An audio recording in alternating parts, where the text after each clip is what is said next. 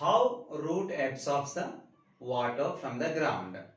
And we know that the root is the main important part of the plant, which can anchoring the plant strongly, firmly in the soil, and also it absorbs the water and minerals to the plant. This is an important role played by the root. Generally, we know that it's the lower part of the plant and embedded with the soil itself.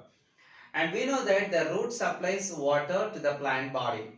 But how the root can absorb water from the soil, right? Just we see that here, this is the structure of the root. This is the structure of a root, right? And we know that the soil is made up of some small particles, right? See that here, these are the soil particles, right?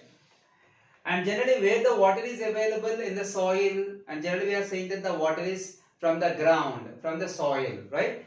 And how the water can be accumulated between the soil particles. We know that the soil particles are very small in size, and between the soil particles the space is so much smaller than soil particles.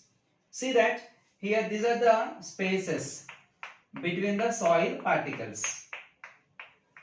See that? Right. And now this water is accumulated in the between soil particles. Water is accumulated between the soil particles. Here it is the water. Here it is the water. Water is present between the soil particles. Now this water should enter the root. You can see that this is the size of the root, and this much bigger size of the root cannot enter between the soil particles, right? So that the root can arise some hair-like projections.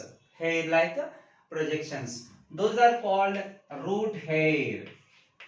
Root hair. Right? This root hair is a very small, thin, tube-like structure, so that it can be easily enter between the soil particles, the space between the soil particles. So that when the root hair enter between the soil particles, you can see that the water which is accumulated between the soil particles can easily enter the root hair. And generally root hair is made up of the single cell thickness, and inside the root hair we can find a fluid material which is called as a cell sap. Which is called as cell sap, generally called as cytoplasm, the fluid material of the cell. The same will be present in the root hairs also, but it is calling as a cell sap. When you observe the water present between the soil particles is in the lower concentration comparatively the concentration of the cell sap. So that what happens, the lower concentrated water can easily enter the root hair by the process of osmosis.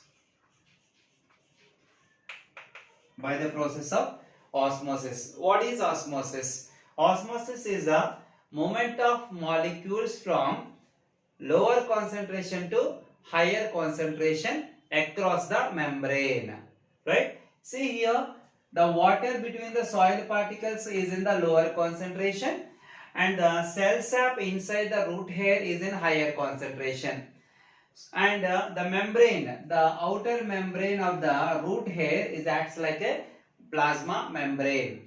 So that the lower concentrated water between the soil particles enter where the higher concentration in the cell sap through the membrane through the process of osmosis. Now the root hair absorbs the water present between the soil particles, and this water, not only the one root hair, for easy understanding we are drawing only one root hair. Many root hairs are arising from the root part. So all the root hairs are absorbing water, and that water can be enter the root. And we know that in the root part there is a specific tissue which can transport the water, nothing but xylem tissue. Xylem tissue can transport the water to the superficial parts of the body, and this is what how root hair absorbing water from the soil.